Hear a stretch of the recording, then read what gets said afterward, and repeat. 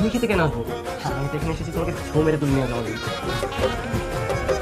ডাক তুমি কি করো? তুমি যে আমাকে বিয়ে বাড়ি থেকে তুলে নেওয়ার জন্য আসছো, তোমাকে দেখে না আমার মনে হচ্ছে না তোমার মধ্যে এই চিন্তা আছে। তুমি কি বলছো? হ্যাঁ, আমি শুধু তোমার জন্য তো কষ্ট করে বিয়ে বাড়িতে আসি।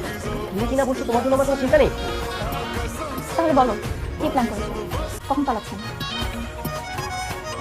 আরে বাবা, প্ল্যান প্রোগ্রাম করে এগুলো হয় না। একটু সময় দাও, আমি সময় সুযোগ বুঝে তারপর তোমাকে নিয়ে যাবো।